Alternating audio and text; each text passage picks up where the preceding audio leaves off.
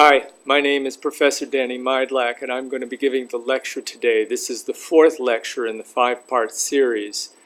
I want to read you a little bit of text about an incident that happened as early as 1902 to set the stage for this incident. Remember that that radio really comes in sort of two eras at least, and the first era is known as wireless, when one man and his company, Marconi Wireless, were pretty much the monopoly in the United States. And they primarily used radio to broadcast a Morse code signal. And it was primarily used for business telegrams. It was referred to as radio telegraphy. Early in 1902, an incident occurred which caused the German government to take official cognizance of the situation. German Prince Henry of Prussia, brother of the Kaiser, was returning to Germany in the SS Deutschland after a visit to the United States. Soon after sailing, he desired to send President Roosevelt a radio message thanking him for the numerous honors and courtesies which had been accorded him. The Deutschland transmitted this message to the Marconi station at Nantucket, but that station refused to accept it because the ship was fitted with Slaby Arco radio equipment. The irate prince brought the matter to the attention of his brother, Kaiser Wilhelm, who thereupon instructed his government to initiate action in an attempt to establish international control over radio communications. Well, as you can imagine, this was not something that was favored by the United States government, having a power other than the United States, a state other than the United States, trying to take over and institute some kind of control over this brand new wireless communication technology. And nor was it the desire of the U.S. to have a monopoly running this very valuable technology, both for business and for defense and state. But by 1927, it was a pretty desperate situation.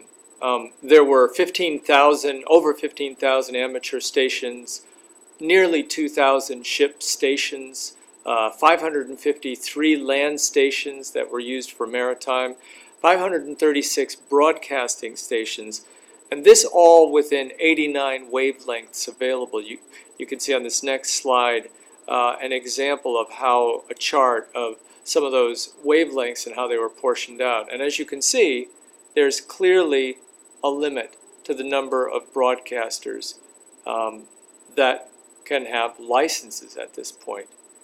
And this brings up a really important moment in radio, which before this point had been primarily an amateur medium or a special use medium.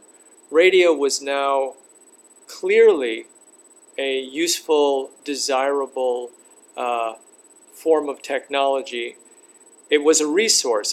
The radio technology itself was one thing, but the airwaves and the use of those airwaves to pass radio signals through, as it turned out by 1927, it was realized was a finite resource.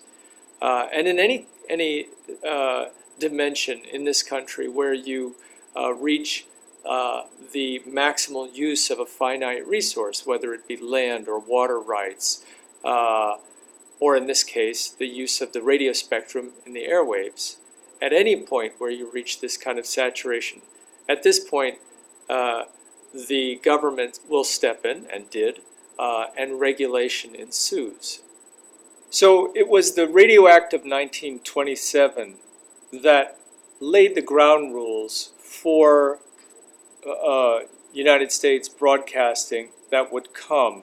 And they're very specific and unique to the United States. There were other countries that didn't adopt this similar model, but instead opted for a paid subscription model or a state-run, state-owned model for broadcast. And the U.S. model and the results from the Radio Act of 1927 have four specific sort of conclusions. The first is that the restriction, the regulating of who would get licenses to broadcast would be based on quality. And this was a very specific approach, that broadcasters who had the scale, the scope, and the ability to produce high quality programming would be first in line for licenses. The second is that this notion of the public interest, that the concerns for the general public would be considered paramount in this system. Now, the question is, who are the general public and who determines what is in the interest of the general public? But this phrase, this term, this notion appears right straight up in this 1927, the Radio Act 1927. The third aspect of this model is that it would be an alliance, that broadcasting in the U.S. would be an alliance between the regulating bodies and industry. It wouldn't be an entirely laissez-faire sort of capitalistic venture, nor would it be entirely state-owned, state-run, state-regulated. But it would be this hybrid, this interplay between these two large players, the United States government and the large industries. The fourth aspect of this system under which we still live is that advertising would be the primary revenue source for these industries. This was a very important decision as well early on. As we all know, advertising is a very pervasive, powerful, and specific, at times an aggravator and sometimes an entertainer that threads through the American broadcast system. Even before 1927, advertising had appeared on the radio, and its effectiveness, whether advertisements really worked or not, was still considered pretty much a black art, especially in how they were created and so on. There are a couple of really striking historical examples. In 1926, breakfast cereals had been around for quite a while, and there was a breakfast cereal that was at one time doing well, but sales were tailing off, to the point where by 1926, this breakfast cereal was on the brink of being removed from the shelves, being removed from production, seemed to have run its sort of life cycle. General Mills, the company that produced this breakfast cereal, had planned to discontinue this cereal, and in a last-ditch effort, they aired an ad for this cereal on Christmas Eve of 1926. And they only aired this ad in a few specific locations. Unwittingly, they had produced actually a very good experiment. They had essentially a control and they had an experiment. When they released their ad, subsequent to putting their ad over the air, this cereal went on to become the most popular breakfast cereal for decades. The name of that cereal is Wheaties. And the name of the show, the radio show that Wheaties sponsored, is one of the great and more popular shows from radio, Jack Armstrong and the All-American Boy. Perhaps an even more striking example of a product being saved from the brink of oblivion is the 1929 Pepsodent campaign. Pepsodent was a brand that had been around since the 1920s and was faltering in sales, on the brink of removal from its product list. When the company sponsored a particular radio program and completely reversed its trajectory to where it became the top-selling toothpaste. Of course, the enormous genius or stroke of luck involved with Pepsodent was that they chose to sponsor none other than the biggest radio program of its time, and that program was Amos and Andy. Of course, in this era, many people remember that advertisers and sponsors were essentially the same, one and the same.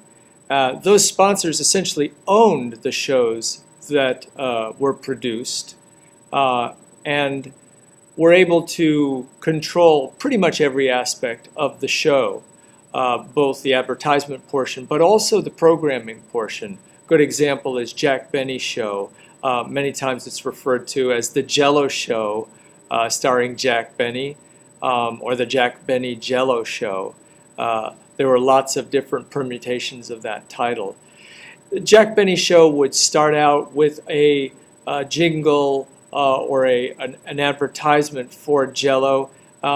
There would be a spot within the script itself, within the comedic script of the show, where Jell-O would feature importantly or pivotally, and right smack dab in the middle of the show, Jack would morph into a presentation about Jell-O, and by the end, there was yet one more commercial for Jell-O. So let me back up here. Radio technology is expanding in this first couple of decades.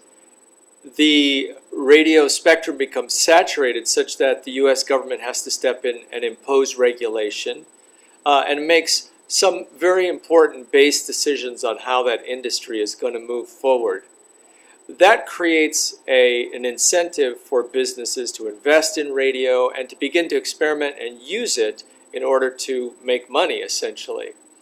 And so we get to this curious point where radio is used primarily, its business model is advertising. But the question is, how much is a particular half hour or hour of radio time at a particular hour of the day worth? How do we price this invisible resource? Clearly, advertisements that ran at a late evening hour couldn't be as valuable, couldn't reach as many listeners as advertisements that appeared perhaps during prime time or earlier in the day when more listeners were tuned in. So the question is how to value that resource. This is really a market research question. Up to this point, advertisement had existed in other media, including newspapers and magazines, for decades, really, for nearly a century. So the concept of trying to figure out the value of a column inch on page 3 or 5 or 10 of a newspaper, that concept wasn't new or strange. What was new was the idea of trying to value a particular time period with a particular audience that was much, much more fluid, an audience that wasn't paying for the newspaper outrightly. They weren't paying for the radio program, but in fact were able to tune in and tune out throughout the day at their will.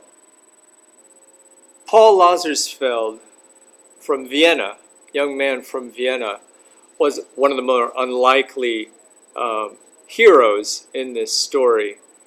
He initially received his PhD in mathematics, a really unlikely origin for someone who essentially became one of the most important figures in 20th century American sociology. This is truly the area that he developed. But not unlikely once you think about it. Being a mathematician, he was able to focus specifically on providing as concrete evidence as he could to back up his assumptions or his assertions. Lazarsfeld was the founder of quantitative analysis. What we know today as polling market research that requires on samples of thousands and thousands of people being asked very similar questions. Sometimes the data is not in the form of questions, it's simply in the form of knowing who was watching what at what time. A direct outgrowth of Paul Lazarsfeld's quantitative analysis are the Nielsen ratings, which we're still quite familiar with. We understand that ratings drive programming to a large extent. Programs that receive more viewers essentially are more likely to remain on the season lineup. And more importantly, the advertising during that programming increases sometimes dramatically in value. We're all aware of the latest lore about how much a 30-second commercial goes for at this year's Super Bowl. So here's the connection. How do we value this airtime? Well, the answer is partly market research, but specifically, in the case of Lazarsfeld, quantitative analysis to tell us which programs seem to be drawing what number of which kind of viewers. And then value is sort of ascertained from that data. Things are certainly different now. We live in an era now where we no longer have the limited resource that broadcasters once did. We do still have the limitations of broadcastable bandwidth.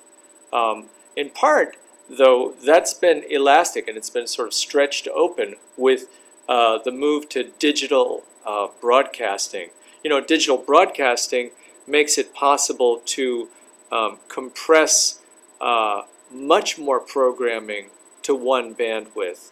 And the result has been, in fact, that there's been a surplus of bandwidth which has been available for resale back on the market.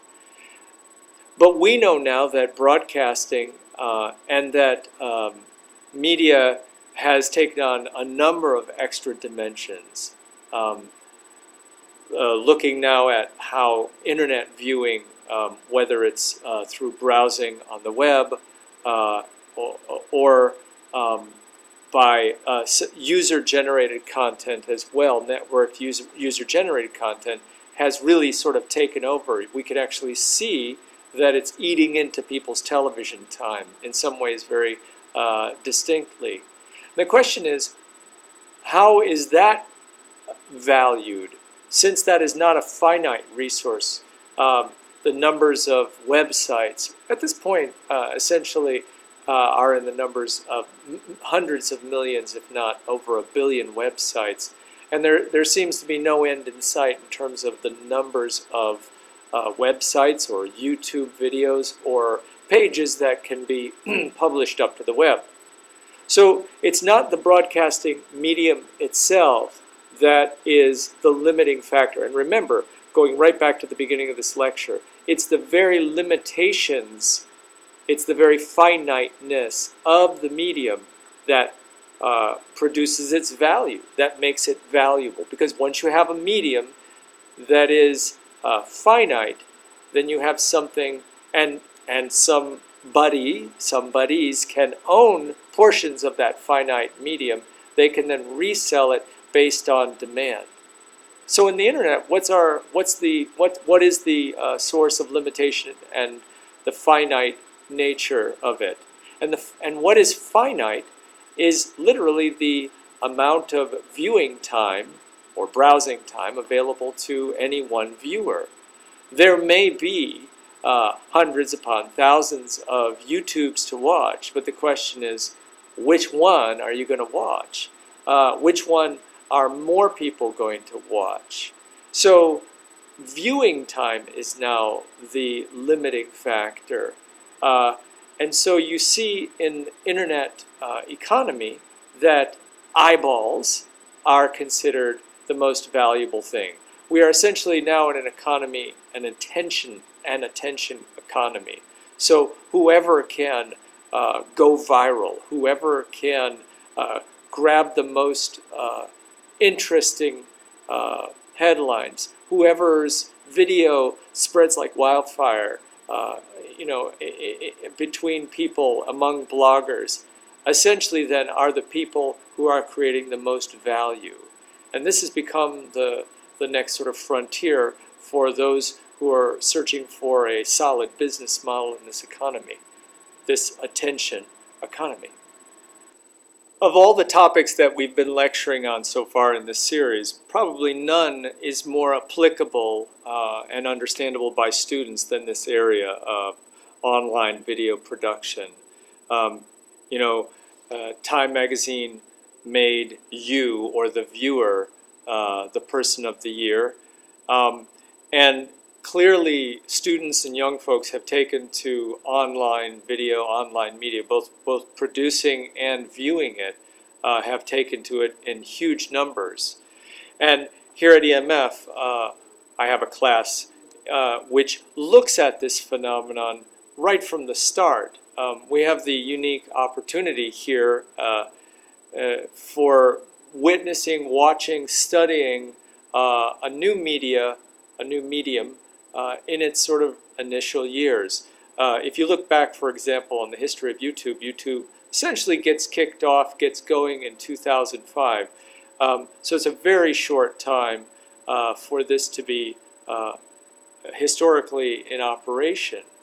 In our YouTube class, it's a viral video class, we not only look at the history of YouTube, we not only do a lot of browsing, looking at some of the most seminal or popular videos, but we also, each student creates a series of 7 YouTube videos. The first few are exercises to kind of get people familiar with some of the basic approaches that distinguish online videos, its unique set of constraints, and the opportunities that it affords that conventional video production doesn't necessarily focus on.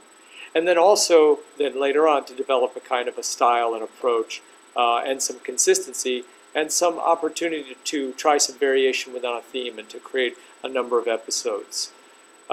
In this way, you can see that EMF is part of this very practical training to deliver people into the world who have not just a theoretical understanding of media or a conventional approach, but to understand that we're also living in an age of enormous flux and innovation regarding our field of media.